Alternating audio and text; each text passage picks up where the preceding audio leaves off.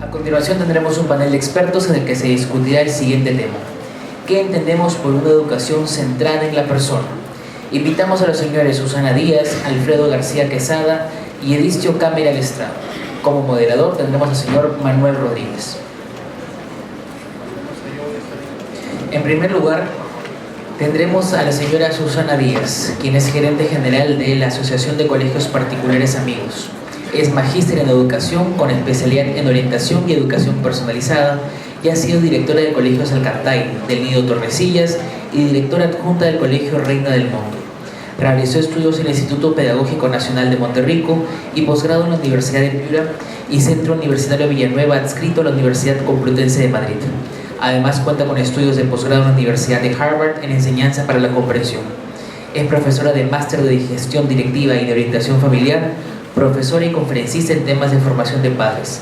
También dirige Calay, empresa consultora en personalización y gestión de proyectos educativos, representante de Identitas de España.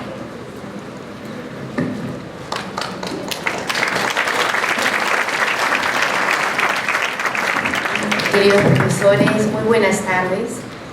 Realmente quiero agradecerles por permanecer aquí en la sala. Sabemos que es una jornada larga, pero creo que nos une una pasión, y es la pasión de educar.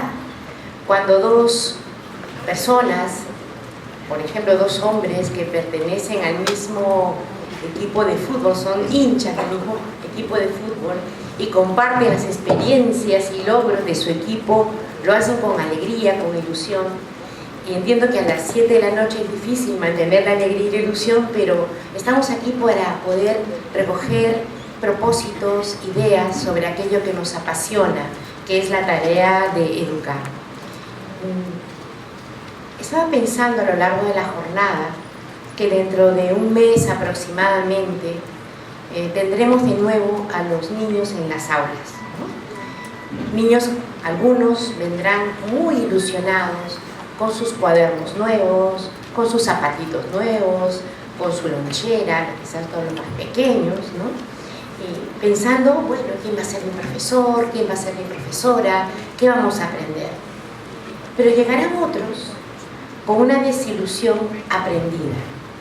Otra vez las clases, ¿no? Otra vez, no sé, escuchar la matemática. ¿Quién me tocará de profesor?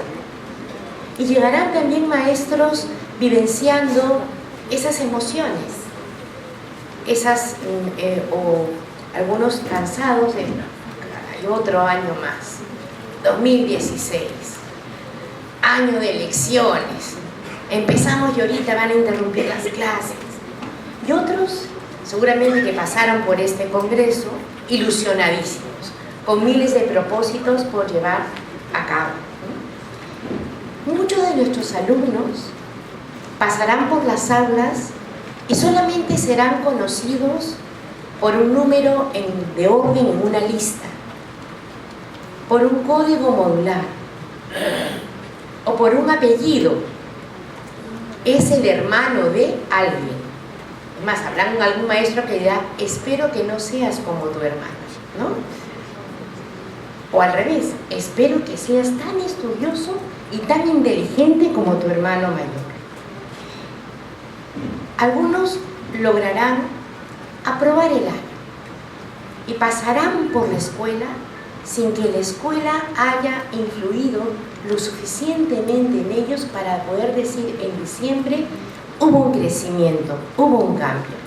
Por eso hoy brevemente trataré de reflexionar sobre lo que realmente significa una educación centrada en la persona. Y estas son algunas ideas que vamos a ver. La persona como fundamento de la educación, algunas bases y algunas implicancias prácticas. A lo largo del día de hoy, y sobre todo en esta última conferencia, se nos ha hecho un llamado, y es pensar en ¿quién es ese alumno en concreto a quien nosotros dirigimos todo el esfuerzo para poder educar? Cuando hablamos de una educación centrada en la persona, tenemos que volver a reflexionar sobre quién es ese niño, qué es la persona humana. Y obviamente es una reflexión, una pregunta que no es nada fácil de contestar. Algunos elementos nos darán pistas para recordar cómo debemos también enfrentar este reto de poder sacar lo mejor de cada uno de los alumnos que se nos confía. Y lo primero es considerar que la persona es un todo, es una unidad. Es difícil estar aquí y no tener en la cabeza todo este revuelo político que vivimos en estas semanas. Solamente ayer escuchaba en una noticia que un candidato, cuyo nombre no voy a mencionar, decía: una cosa es la probidad académica y otra cosa es la política. Y entonces yo me preguntaba, ¿es posible ser honesto en la vida pública y no serlo en la vida académica o personal o familiar? ¿Por qué hoy en día todos los peruanos estamos sumamente preocupados al momento de tener que decidir nuestro voto? Y se escucha, además existen memes, caricaturas al respecto de decir, vamos a votar por el menos malo o por el menos, digamos, inmoral. ¿Por qué nos encontramos enfrentando cada día, como se ha mencionado también hoy, crisis de valores? Nos topamos con la crisis de delincuencia que vemos cada día a nuestro alrededor. ¿Qué es lo que está faltando en nuestras escuelas? ¿Qué es lo que está faltando en la educación? ¿Qué es lo que está faltando en las familias? Es que tal vez nos hemos dedicado más a fomentar una educación de tipo intelectual, por ejemplo, creando personas que acumulan títulos, pero que no tienen una formación ética sólida, o personas que, como señalaba hoy día también José Ramón, toman las decisiones más importantes de la vida basados en emociones, basados en lo sentimental.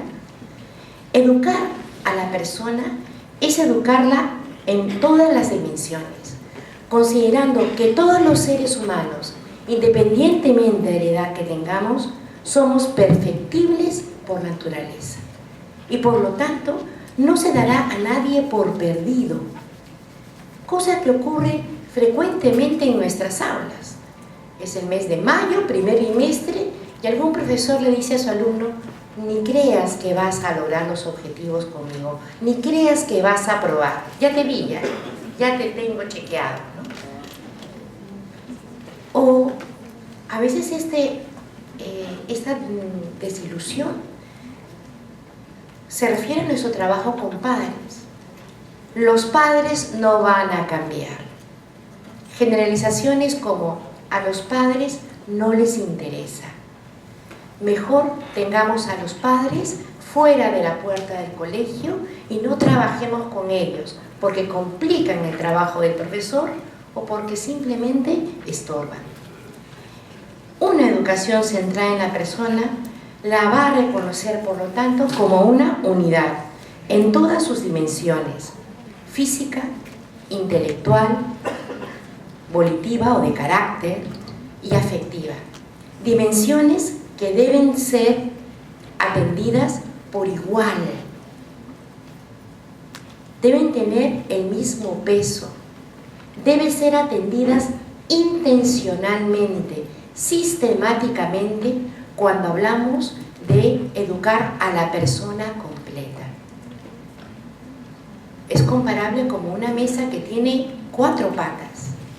Si una de estas patas falla, la mesa se viene abajo y no puede haber ese desarrollo armónico de la persona, ese desarrollo que la va a llevar a poder ser capaz de servir, de servir a otros y dar un sentido a su existencia. Por lo tanto, el alumno acude al colegio a aprender. Y esto parece tan obvio. Sin embargo, muchos de los maestros siguen pensando que su tarea es enseñar, cuando lo que deberíamos nosotros interiorizar e innovar en nuestros colegios es este paradigma. Es decir, la tarea del maestro, ¿cuál es? Lograr que todos sus alumnos aprendan. Muy distinto a decir, mi tarea es enseñar. Porque si yo concibo mi trabajo docente solamente como el de enseñante, desarrollaré mi programa. No importa cuántos alumnos vayan quedando rezagados o cuántos simplemente no logren aprender. La familia juega un rol importantísimo, lo hemos dicho de todas las maneras posibles, y creo que esto es algo que constituye un reto en todos nuestros colegios. ¿Cómo llegar a los padres o a quienes hagan las veces? ¿Cómo llegar más y mejor? ¿Cómo lograr que el padre realmente acierte en su tarea educativa? Es indudable que ellos aman a sus hijos, pero que no saben cómo hacer para ejercer la autoridad, como acaba de señalar el doctor Ayón, como para mantener una buena comunicación en la familia, para fomentar buenos hábitos, para desarrollar los valores. Volviendo al ejemplo que cité al inicio, una persona de bien y honesta por casualidad, o una persona se convertirá en un adulto honesto por aquello que intencionalmente hagan de manera conjunta la familia en primer lugar y el colegio en lugar. Y así como esto podríamos poner ejemplos cómo deviene una persona irrespetuosa, cómo deviene ordenada, cómo deviene responsable, cómo deviene solidaria, cómo adquiere el autodominio. Para todo eso hay unos modos de educar que los padres deben aprender. Y es la escuela quien está llamada hoy en día, en el siglo XXI, a poder enseñarles a los padres modos de educar a sus hijos que quizás ellos no pudieron tener. Dice Carlos Cardona, cuando los profesores se encuentran con padres que no saben lo que quiere decir padres, lo que quiere decir ser padres, y tampoco por consiguiente lo que quiere decir educar, entonces el buen profesor tiene una doble tarea: educar a los padres como padres y a los hijos. Y un profesor podría decir, oye, un momentito, en mi contrato no dice que yo iba a tener que lidiar con estos padres. Pero sabemos que la tarea de educar a los niños sin contar con unos padres que están alineados junto con nosotros hacia los mismos fines y objetivos se hace tremendamente difícil y tiene muy pocas probabilidades de éxito. Nosotros reconocemos en la persona, hemos dicho, estas 4 dimensiones: volitiva, afectiva, en la física y la intelectual. Pero también hay que reconocer 4 constituyentes: la singularidad, cada persona es única, cada persona con sus cadaunadas, decimos. La persona es un ser social. Yo no puedo realizarme si no estoy abierto a otros, a través del trabajo, a través de la comunicación y apertura. Yo me realizo en función de que pongo mis talentos en favor de otros. Y obviamente el otro constituyente es el reconocer que vengo de alguien, que mi origen está en mis padres, pero que también está en Dios. Al entrelazar estas dimensiones y constituyentes, tenemos una matriz que le llamamos matriz de desarrollo armónico de la personalidad. Aquí está sintetizada. En 15 minutos es muy difícil explicar cada uno de estos componentes. Pero la idea es que a través de la atención individual a cada estudiante, con proyectos de mejora personal, podamos desarrollar al ser humano en todas sus dimensiones y en todos sus constituyentes. ¿A través de qué? Primero, del propio currículum. Todo profesor no es solamente un enseñante de su materia.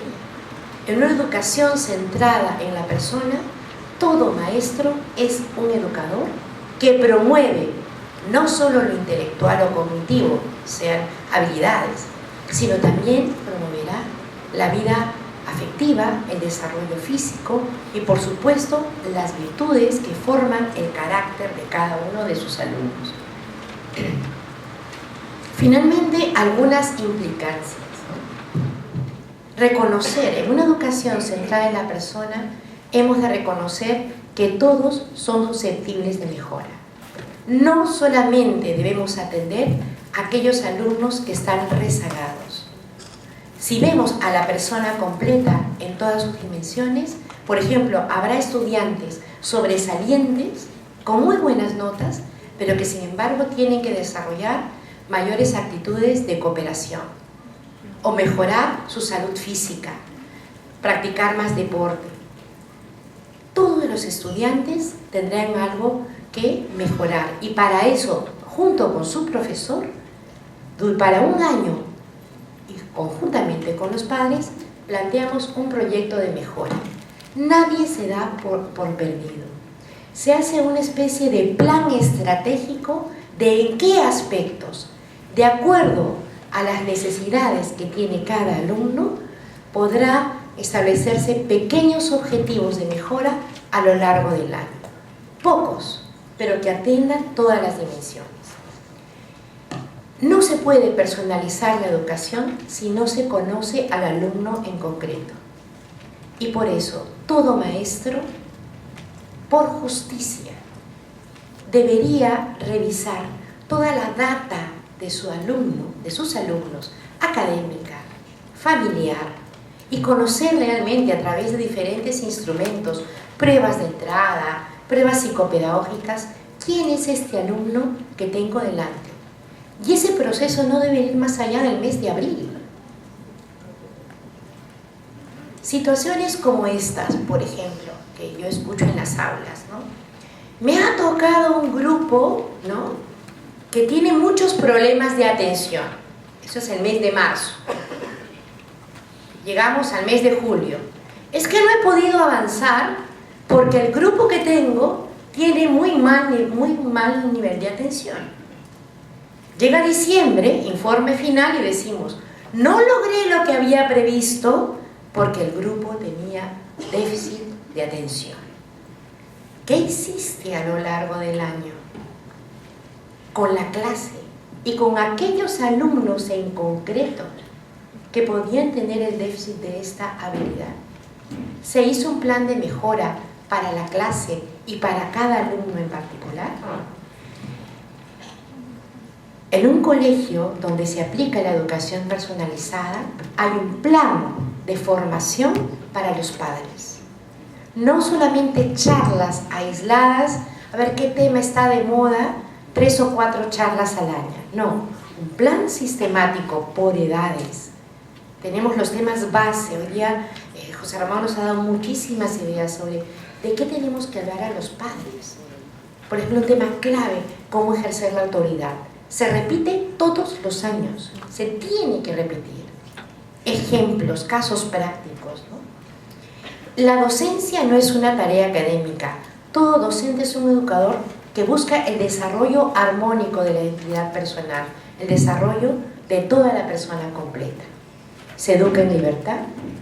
Los valores, los hábitos, las habilidades intelectuales son ejes transversales a todo el currículum. Y el colegio, finalmente, se convierte en un centro de desarrollo de personas. Yo quiero, a ver si me ayudan a terminar. Este es un extracto de una película del profesor Holland. no sé si ustedes la han visto, es un profesor de música que sin ser un docente tiene que trabajar en una escuela ante una crisis de empleo, es músico, pero la dedicación que pone a los alumnos para atender los ritmos personales, para atender la diversidad, es realmente admirable. A ver si me ayudan, por favor, no sé si puedo hacerlo de...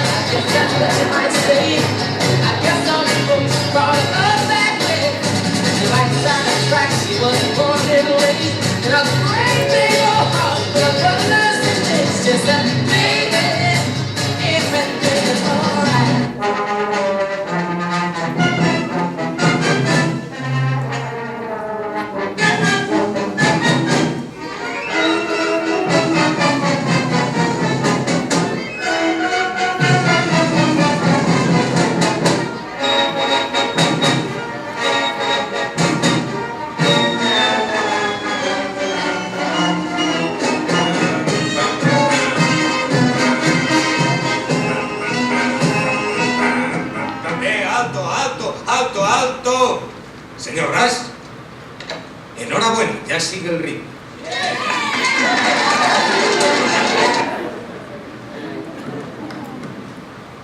Realmente la entrega que nosotros podamos poner en nuestro trabajo en favor de cada alumno, cuántos chicos necesitan sentir que son importantes para algo, y a veces esa necesidad solamente va a ser cubierta por un buen maestro que pone el corazón en lo que hace. El cambio en la sociedad debe centrarse en la mejora de las personas, de cada una de las personas que conformamos esta sociedad. El cambio en la sociedad está en las aulas. El cambio en la sociedad está en nuestras manos, en los alumnos que nos cogen. Muchas gracias.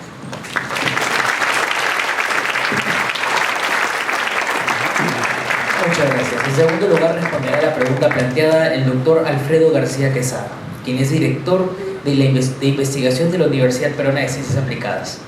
Es doctor en filosofía y ha concentrado su docencia e investigación en el campo de la ética, los valores y la cultura.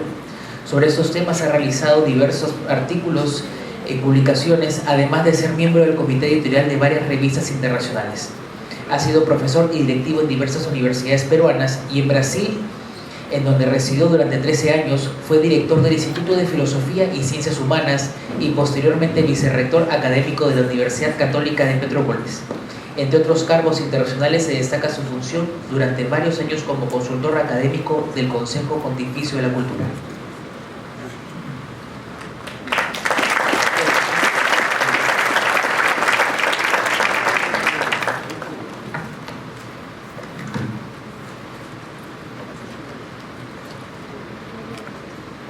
Buenas tardes, muchas gracias por la invitación, Manuel, para poder compartir algunas ideas con ustedes. Comentaba hace un momento que la ventaja de quien habla casi al final, o uno de los que va a hablar al final, es que los expositores que nos precedieron antes ya lo dijeron casi todo, de manera que uno tiene que resumir y ve el camino bastante más facilitado. Por otro lado, como ya se dijo, mi formación es filosófica y uno no puede cancelar la formación, la trayectoria que uno tuvo, y en ese sentido, cuando se planteó la pregunta para este panel, qué se entiende por una educación centrada en la persona. Como ustedes saben, en filosofía las preguntas son nuestro trabajo, de eso vivimos. Y entonces busqué tomar esta pregunta, en serio y intentar aproximarme a través de una reflexión propia hacia lo que esta pregunta intenta plantear, y a partir de ahí, comprendiendo la pregunta, somos todos profesores que sabemos que la mitad o más de un problema encuentra su solución en la adecuada formulación o en la adecuada aproximación a una pregunta. Y entonces, lo primero que veía en esta pregunta es qué entendemos por educación, antes de preguntarnos acerca de si esta educación está centrada en la persona y, por otro lado, quién es la persona. Y en esa línea me preguntaba si la educación, y me pregunto con ustedes, es simplemente instrucción, es simplemente capacitación o es simplemente adiestramiento. Y me da la impresión, y esto lo señalaba José Ramón Ayllón hace un momento, que cuando queremos ser innovadores, sobre todo en un mundo con cambios tan vertiginosos como el actual, pueden quedársenos muchas cosas en el camino, y que si eso es así, entonces el proceso innovador ha de volver la vista atrás, no para retroceder, no para tener una actitud conservadora e insensata, sino simplemente porque nuestros padres, nuestros abuelos y las generaciones anteriores en la historia, de hecho, hicieron algo que permiten que podamos tener electricidad en este momento, que podamos tener un micrófono y que podamos tener los diversos instrumentos con los que contamos. Nunca nacemos en una tierra deshabitada. Hay otros que se esforzaron antes por nosotros y de quienes heredamos, gracias a Dios, muchas cosas, porque de otra manera no tendríamos todo lo que tenemos ahora. Y en esa línea me parece que se nos están quedando algunas cosas de lo que los clásicos entendieron por educación. Y si es así, entonces una de las tareas innovadoras de nuestro tiempo, es decir, para poder estar realmente a la vanguardia, adelante, sería tomar en cuenta lo que los clásicos dijeron sobre la educación, de manera que podamos volver la vista hacia lo esencial y no meramente hacia aquello que es accidental o que atrae nuestra vista o que brilla más en un momento determinado. Y sin entrar en autores, en teorías, que bueno, sería muy interesante si tuviésemos más tiempo dialogar sobre ello, simplemente me limitaré a la etimología de la palabra educación. Y aquí también uno no puede deshacerse tan fácilmente de la trayectoria educativa que uno ha tenido, en mi caso, sobre todo como padre.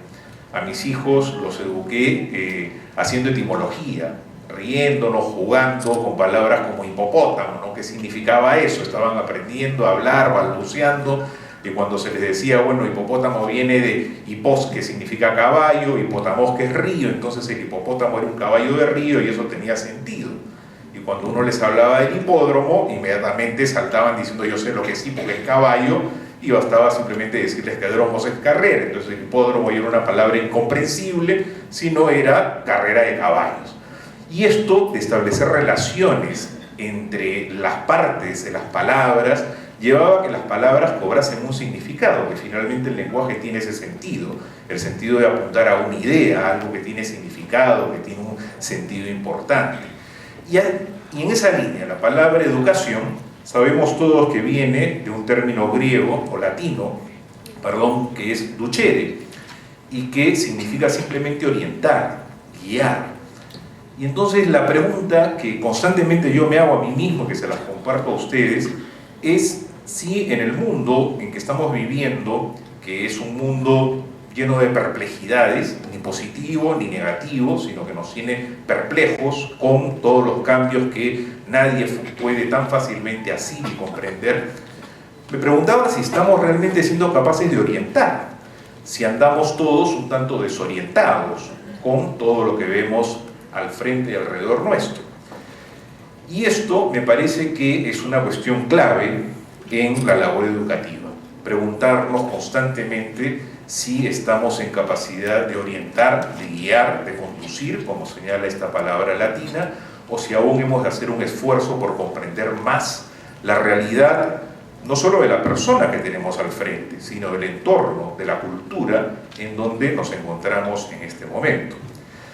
De este término educere provienen otros dos términos que también ustedes conocen, que es educere o educare, términos latinos. Educere, sacar de sí, sacar de dentro de sí, que tiene que ver con la mayéutica de Sócrates, en donde él decía que no venía a enseñar ni imponer nada, sino simplemente hacer el labor de la partera, que ayuda con preguntas, en el caso de Sócrates, a que salga a luz la comprensión de la realidad que toda persona tiene la capacidad de obtener.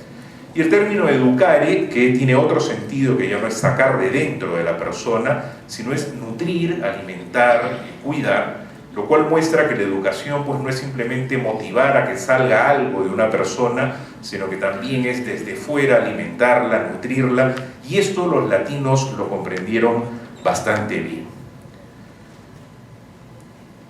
Los griegos, por otro lado, dieron origen a la posibilidad de la palabra pedagogía, que es la ciencia de la educación, pero a veces olvidamos nuevamente la raíz de esta palabra y del concepto, y esto es sumamente significativo en un momento en que se entiende, o algunos, o una buena parte de los educadores entienden que la educación ha de ser simplemente una construcción del conocimiento. En la línea de que, bueno, pues el profesor, lo sabemos, no debe ser aquel que impone un conocimiento o que plantea desde sí algo que los alumnos deban de aprender de cualquier modo, pero me da la impresión de que el profesor tampoco puede ser un simple facilitador o un policía de tránsito. El profesor tiene la responsabilidad, por edad, por formación, de transmitir algo que los estudiantes tienen el derecho de conocer. Por otro lado, sabemos que el 99.99% de conocimientos que tenemos no los hemos verificado por nosotros mismos, los tenemos por confianza en otros, por confianza en los libros que hemos leído. Nadie aquí ha verificado que Cristóbal Colón descubrió efectivamente América. Si no nos lo hubiesen dicho, no lo hubiésemos transmitido, estaríamos creyendo otras cosas.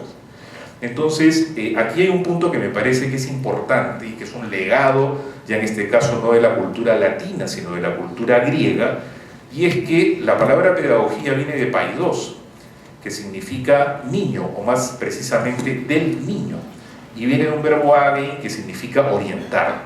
Pedagogía, entonces, es en buena medida orientar al niño, o la orientación del niño. Y esto nos coloca frente a lo que algunos filósofos llaman la dependencia ontológica, un término que puede parecer complicado, pero que es de fácil comprensión, que se refiere simplemente al hecho de que nosotros no caímos como un meteorito en el mundo, sino que dependemos de otros en nuestra existencia. Para comenzar, nuestros propios padres. Y en un sentido más amplio de, como decíamos al comienzo, el legado cultural que legaron muchas generaciones anteriores a nuestro tiempo. Y los griegos eran muy conscientes de esto. Sabían que aquí no se era independiente, que yo arbitrariamente no podía construir las cosas sin más porque erraría o con mucho esfuerzo tendría que reconocer mi error y construir de nuevo, sino que sabían que debíamos de, como se dice, montarnos sobre los hombros de gigantes y caminar sobre aquellos que nos precedieron y que tuvieron algo que aportar, no para remedarlos, imitarlos, sino para, a partir de ellos, justamente construir algo que sea apropiado para nuestro tiempo.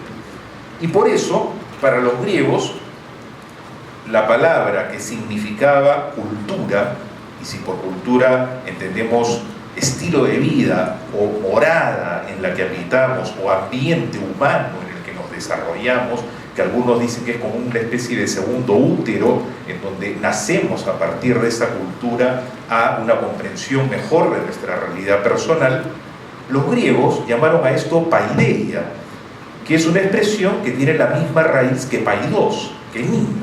Por lo tanto, el griego sabía que tenía que aprender de otros, sabía que tenía que recibir de otros, y tenía un sentido de filiación, podríamos decirlo así, se sentía como hijo de aquellos que nos habían precedido. Y esto dio lugar a una tradición, a la tradición occidental, de la cual nosotros somos hijos, y que hemos de reconocer, repito, para rectificarla probablemente.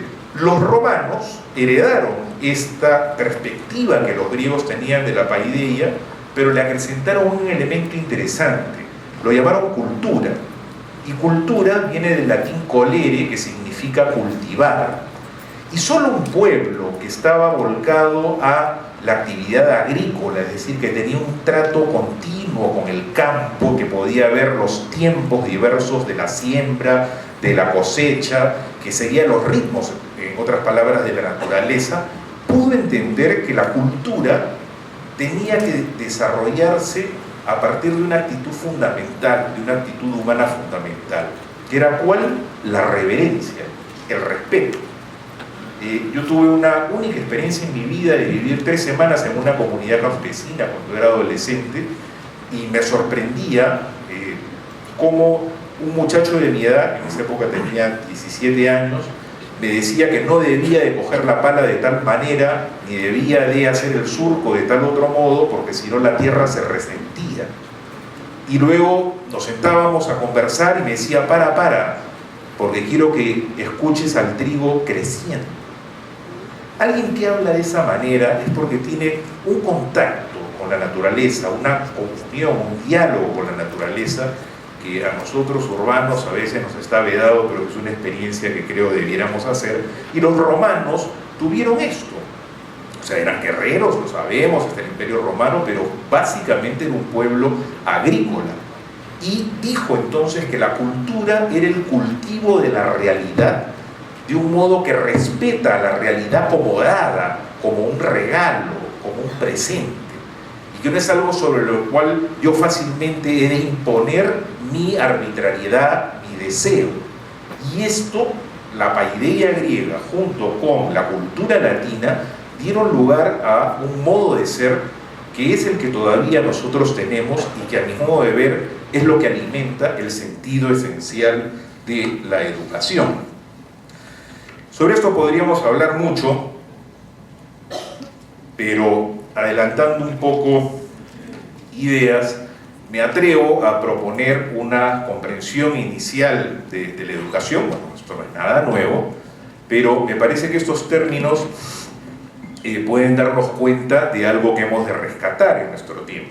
Proponía entonces que se comprenda la educación como la orientación, pero no solo la orientación, sino la formación también de la persona en y para el encuentro, no solo para el encuentro, sino en el encuentro con toda la realidad, teniendo en mente sobre todo esta actitud de los latinos de cultivar con reverencia la realidad.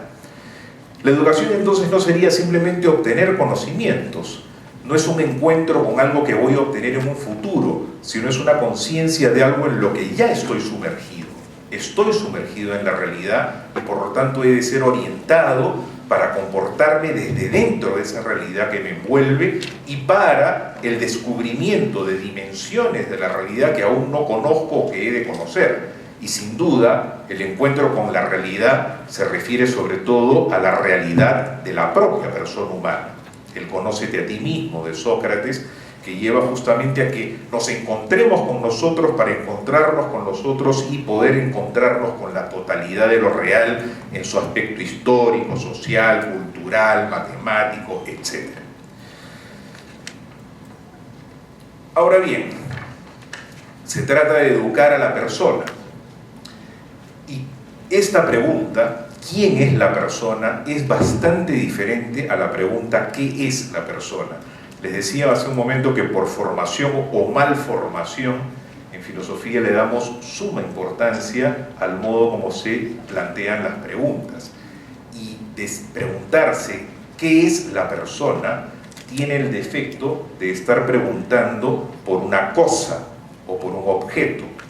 Mientras que cuando uno pregunta ¿quién es la persona?, uno está preguntándose por un sujeto, por alguien que es un agente consciente y libre de sus actos. De manera que plantear adecuadamente la pregunta nos lleva hacia un modo de respuesta que tiene sus particularidades. Sobre esto podríamos decir mucho, no voy aquí a hacer antropología filosófica, lo cual sería un abuso, pero quisiera sí resaltar que hemos de comprender a la persona como un misterio, y la palabra misterio, y nuevamente discúlpenme esta obsesión con las palabras, no tiene nada que ver con lo oculto. Misterión viene de un término griego que significa simplemente aquello que no puedo conocer totalmente. Y menos mal, ¿no? Porque con los amigos o con la esposa que uno quiere o los hijos que uno quiere, sobre todo, si nosotros pudiésemos conocerlos totalmente, pues tendríamos una realidad bastante pobre, ¿no? Una de las cosas maravillosas es poder justamente estar descubriendo cada vez más a aquel a quien se tiene al lado, la familia, los alumnos, y esto nos lleva a una actitud fundamentalmente, nuevamente, de reverencia, de respeto, de asombro, de maravilla ante las personas que tenemos a nuestro lado. La persona es un yo, la persona es un fin en sí mismo y sobre todo la persona es un ser en relación.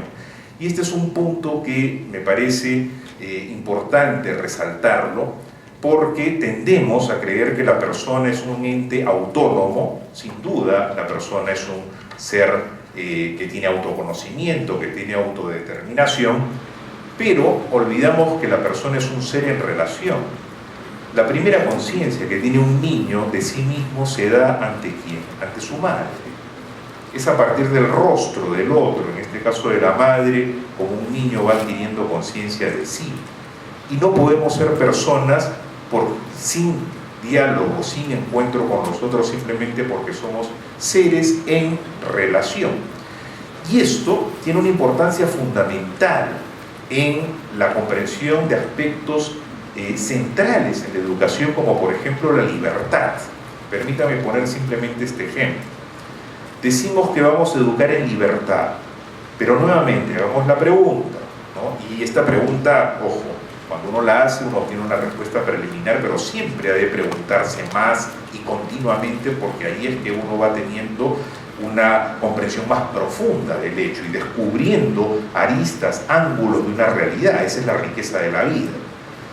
Entonces, preguntémonos, ¿qué cosa es educar en libertad? Uno podría decir educar para la autonomía, educar para que la persona decida a partir de sí misma. Y nos basamos, por ejemplo, en principios como que los derechos o la libertad de una persona terminan ahí cuando comienzan los derechos o la libertad del otro. Sin embargo, esa expresión, que puede tener aspectos válidos, a mi modo de ver, hasta donde he logrado examinar, puede ser cuestionable para quien considera que la persona es un ser relacional, o un ser solidario, o un ser para el amor. Porque si la libertad es o acaba cuando comienzan los derechos o la libertad del otro, ¿cuál es la conclusión inmediata? Que el otro es un aguafiestas, ¿no? Porque si yo quiero ser libre y esto acaba cuando el otro aparece, entonces el otro es alguien de quien debo de huir más bien, ¿no? Porque acaba con mi fiesta. Y lo que se puede ver en esto es que tal vez tengamos una comprensión poco afinada de la libertad, o que se nos haya quedado algo en el camino, o que nos hayamos despistado, porque la libertad durante siglos ha sido entendida de otra manera. Se entendía simplemente como ser quien yo soy, o como llegar a ser quien yo soy, es decir, ser yo mismo. Y para ponerlo con un ejemplo personal, discúlpenme esto, pero a veces en poco tiempo es difícil desarrollar todas estas ideas y los ejemplos sirven más. Yo les confieso, y les pido disculpas por este ejemplo personal, que si hubiese tenido, si otros no me hubiesen esclarecido, y esto ocurrió en la universidad, acerca de este concepto de libertad, que consiste en ser más yo mismo, en desarrollarme yo mismo, tal como soy, yo nunca me habría casado, porque mi esposa sería una limitación para mi libertad, y mis hijos también, y mis alumnos podríamos decir también, cuando en verdad ellos han sido ocasión de que yo sea más libre, porque justamente ha llevado a que pues me libere de perezas, de vicios, de no dar más de lo mejor que podía dar, y ha sido por el contrario una instancia para que yo pueda crecer más como persona. Y entonces los otros no son aguafiestas, sino que son ocasión para que uno sea más libre. Y esto lleva a entender que la relación, la solidaridad, el amor son motores fundamentales de la educación y no simplemente la tolerancia. Que yo no sé si ustedes han percibido esto, si yo tengo una sensibilidad particular con respecto a este tema, pero me llama mucho la atención que hace unos 15, 20 años atrás entendíamos que la virtud social fundamental era la solidaridad, que viene del latín solidus, que significa que somos parte de algo y que estamos comprometidos en un destino común. Pero hace 15 y 20 años nos vino como virtud social fundamental, ojo, no que no sea una virtud, lo es, pero ha terminado sustituyendo a la virtud de la solidaridad, la virtud de la tolerancia. ¿Y qué es la tolerancia? Sabemos que esto viene de una teoría propia del liberalismo, justamente cree que la libertad es hacer lo que me da la gana, hacer lo que yo quiero, que no entiende esta dimensión de lo relacional. Y la tolerancia es ¿qué cosa? Tú eres diferente a mí, tú quieres hacer lo que quieras, yo también quiero hacer lo que quiera. Y entonces, ¿qué hacemos? Bueno, como no hay nada común entre nosotros, simplemente aguantémonos, tolerémonos, como quien tolera a alguien que pone, pues, no sé, el jueves por la noche música hasta la 1 de la mañana y uno quiere dormir. Bueno, lo tengo que aguantar. Si ustedes van al diccionario verán que la definición de tolerancia es aguantar o soportar algo que es visto no precisamente como bueno. ¿Bien? Entonces, sobre estas cuestiones, a mi modo de ver, es necesario reflexionar una y otra vez para que, creo que ya me van a cortar, así que voy rápidamente pasando las últimas diapositivas o quedarán algunas otras. Una educación centrada en la persona creo que no ha de ser solamente centrada en, sino centrada desde la persona, con las personas y para las personas. Omito la reflexión sobre esto y sí quisiera señalar, y tal vez con esto termine, lo que considero dificultades culturales actuales para la educación centrada en la persona.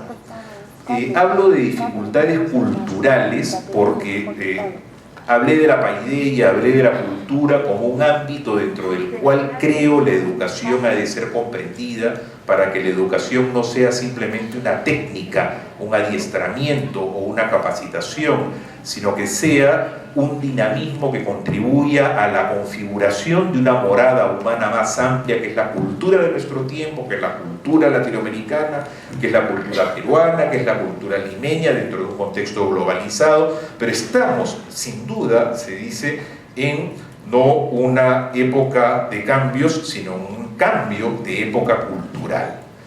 Y la cultura actual, con los muchos aspectos positivos y maravillosos que nos ofrece, presenta algunos puntos que exigen reflexión, que los veo como puntos, no diría negativos, sino desafiantes, y están aquí señalados. No voy a poder hablar de todos estos: relativismo, el nihilismo, el individualismo, el funcionalismo, el inmediatismo, el fragmentalismo, el facilismo, el superficialismo o la superficialidad y el hedonismo. Sobre esto podríamos reflexionar muchísimo. Lo señalo ahí como una lista, sujeto a que en algún momento podamos dialogar, Manuel, más sobre estos puntos. Quisiera llamar la atención sobre el primero, que es el relativismo. Hay quien ha dicho que vivimos en una dictadura del relativismo, es decir, que quien no es relativista está fuera de onda. Y esto es sumamente preocupante porque si uno examina la historia de los últimos 25 siglos, verificará que ninguna civilización se creó sobre la base relativista. Los relativistas fueron los sofistas que atacaron a Sócrates y sabemos cómo acabó todo. Y el relativismo es simplemente la negación de la realidad, de una realidad que me sobrepasa. Y es la afirmación de ¿qué? De mi opinión. De mi opinión como aquella que vale y como aquella que debe ser respetada, así como yo respeto la del otro, pero se rompe el diálogo. Y entonces el relativista es fundamentalmente un dogmático. Es aquel que dice, mira, mi idea es mi idea, ¿no? Y no pretendo yo que valga para los otros, pero es mi idea y me cierro en ella. Quien no es relativista no es el que señala una verdad que dice yo acá tengo la verdad y ahora tienen ustedes que acogerla, sino es más bien el humilde, por así decirlo, que dice hay una realidad que me sobrepasa, y para citarlo con Antonio Machado, no interesa tu verdad, ni mi verdad, interesa la verdad y vamos juntos a encontrar. Esa actitud de apertura que abre ventanas, que abre puertas para poder descubrir en conjunto la riqueza y la maravilla de la realidad, es lo que está siendo puesto en cuestión en nuestro tiempo, en donde más bien se invita a que las personas se cierren sobre sí mismas, sobre su opinión, y en donde el remedio aparente ante las terquedades o arbitrariedades de cada uno sería la tolerancia, el mero respeto, y que cada uno baile con su pañuelo porque hemos perdido la brújula de la cultura. ¿Qué habría que hacer para una educación de vanguardia e innovación? Y con esto termino. A mi modo de ver, una renovación, pero una renovación cultural de la educación centrada en la persona, y en ese sentido recuperar el valor. El valor es lo que se considera importante, lo que motiva, lo que atrae nuestras acciones. Recuperar ¿qué? El sentido y el valor de la educación como formación integral de la realidad, en los modos como la realidad habla al intelecto como verdad, al corazón como belleza y a la voluntad como bien. Todos estos términos son propios de los clásicos, aquí no se está inventando nada, esto ya lo había dicho Aristóteles, Platón, San Agustín, Descartes, en fin. Y finalmente la persona entendida no como una función a cumplir únicamente, sino como un ser con una interioridad propia, con una libertad y una relacionalidad planteadas a partir de los pensadores que no he citado, pero los cuales he logrado aprender un poco. Bueno, les agradezco su paciencia, muchas gracias. Finalmente tenemos al señor Edicio Cameri, quien es director general del Colegio Santa Margarita, licenciado en Psicología y Educación y candidato a magíster en Antropología Filosófica. Es presidente de la Asociación Civil de Promoción e Información Humana y autor de los libros Educación, más allá de las aulas, Piezas claves en la educación, La familia, una mirada optimista, Liderazgo y participación desde la escuela, entre otros. Además es director de la revista Antesala Educativa y colaborador de Signo Educativo, director del blog Entre Educadores y miembro consultor de los colegios UMTEC y de los colegios parroquiales AIEC. Buenas noches. Yo voy a cumplir con el horario del Congreso, no acaba de las 8. Dos ideas fundamentales de todo lo que hemos visto con respecto al término de educación centrada a la persona. Una primera tiene que ver con ayudar de parte de los docentes a aceptarse al chico a sí mismo. Y eso tiene una cosa bien interesante, porque la persona tiene una dotación natural. Es un tipo humano constituido por su temple, por su temperamento, personalidad, modo de ser, cultura y familia. Luego tiene una naturaleza que tiene dos facultades, que es la inteligencia y la voluntad, y luego es el personal. Cuando digo aceptarse, estoy refiriendo que lo que uno ha recibido, lo propio, es el punto de partida del crecimiento. La mirada negativa hacia sí mismo es lo único que atenaza la mejora personal. Por lo tanto, es fundamental, lo que en momentos han dicho es conocer al chico para que él se acepte. Y la aceptación es fundamental porque inmediatamente ayuda a que la persona se optimice. Y esta se optimiza cuando se van a los demás. Por eso una evolución centrada en la persona no tiene nada que ver con el individualismo ni tampoco con el socialismo. Tiene que ver concretamente con el esfuerzo que la escuela despliega para que el alumno, el niño y el alumno, desarrolle, perfeccione dos facultades: la inteligencia, orientada sobre los saberes intelectuales, y la voluntad a la adquisición de virtudes. Ese crecimiento que queda incorporado por las virtudes que hay incorporadas en la persona debe tener un fin, debe ser destinado para algo. Si lo tengo para mí mismo, caemos entonces en una parte fundamental de la mirada, que es el individualismo. Por lo tanto, tengo que ayudar a que eso que ha sido una incorporación en el crecimiento lo destine, lo done, porque así también crece otra condición de la persona, su ser personal. el ser para otros. Pero esto comienza con aceptarse a sí mismo. Hoy en día hay mucho problema en la adolescencia porque estamos pendientes de lo que no tenemos o de lo que no somos. Pero el hombre es lo que tiene, y a partir de ahí tiene que desarrollarse y crecer. Segunda idea, han hablado mucho de la libertad, y efectivamente el ser personal, la persona, es quien decide crecer, quien decide mejorar. Sin su participación activa, esto no es posible. Por lo tanto, hay que convocar la libertad del alumno. Y se convoca de dos maneras: presentando, el profesor presentando bienes atractivos en la forma y en el fondo consistentes, acompañado por argumentos sólidos que expliquen los porqués, de manera tal que la voluntad tienda a esos fines o a esos bienes. Por lo tanto, no olvidemos que la educación es entre personas inteligentes, y presentar los bienes implica sostenerlos con argumentos. Y luego viene la convocatoria. Convoca tanto el profesor como la escuela. El profesor convoca en primer lugar con su palabra y con el ejemplo. En segundo lugar, el alumno tiene que aceptar al profesor que lo ayuda, pero lo puede aceptar en la medida en que tenga la certeza de que ese profesor me conoce, me comprende y sabe lo que necesito. Y en tercer lugar, la ayuda del profesor al alumno implica también que el alumno acepte al profesor. No solamente el alumno al profesor, sino el profesor al alumno. En la medida que lo acepta, la ayuda de la mejora personal es una decisión libre. Y en la medida en que eso ocurre, el profesor también optimiza su persona, porque se dona, porque desarrolla su amor personal. Uno puede limitarse a la enseñanza, es verdad, pero solamente esta decisión de ver más allá de la función es propia del profesor. ¿Y la escuela cómo convoca? La escuela convoca con una cultura preñada de bienes, donde la concepción de la persona esté clara, de modo tal que el alumno en su largo periodo escolar, es impregnado por esta cultura.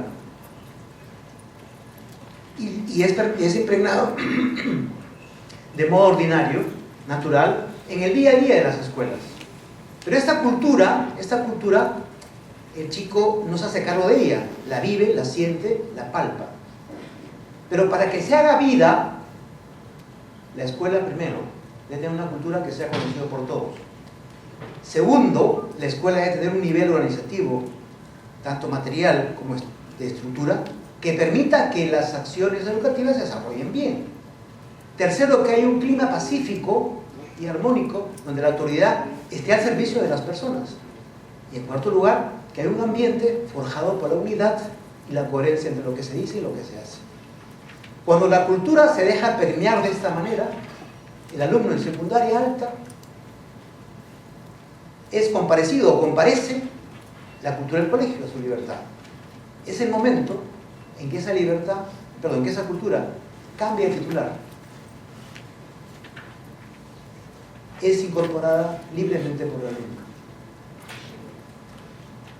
La educación central de la persona no es un eslogan fácil, feliz, que promueva la educación individualizada, ni tampoco incremente el nivel social, ni tampoco el cultural, ni tampoco lo técnico, porque la persona es superior a esos bienes.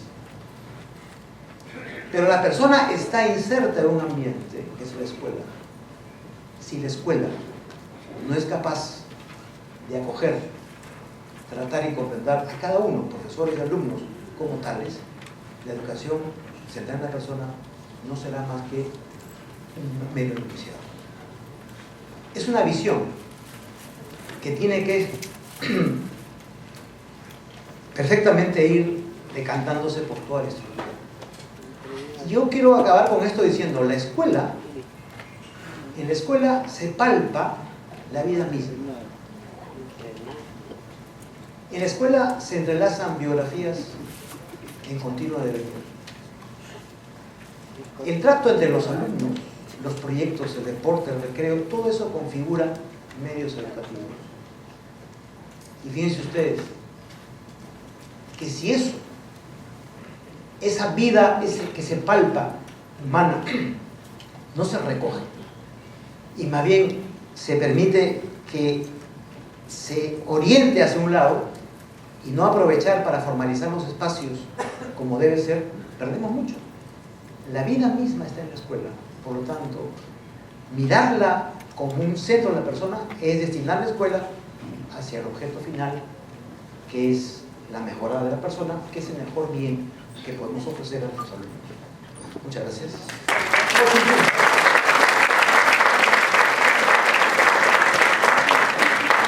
Después de haber tenido el honor de haber escuchado a Susana, a Alfredo García Quesada y a Istio Camere, poco me queda por precisar, porque ya comentar algo sobre lo que han dicho ha sido realmente fascinante. Lo único que me queda es el compromiso de organizar un seminario desde la Facultad de Educación sobre educación centrada de la persona e invitarlos a ustedes como actores importantes, destacados de temas, porque realmente lo lideran. Sí quería comentarles algo que es muy importante y de justicia, porque me parece importante reconocerlo.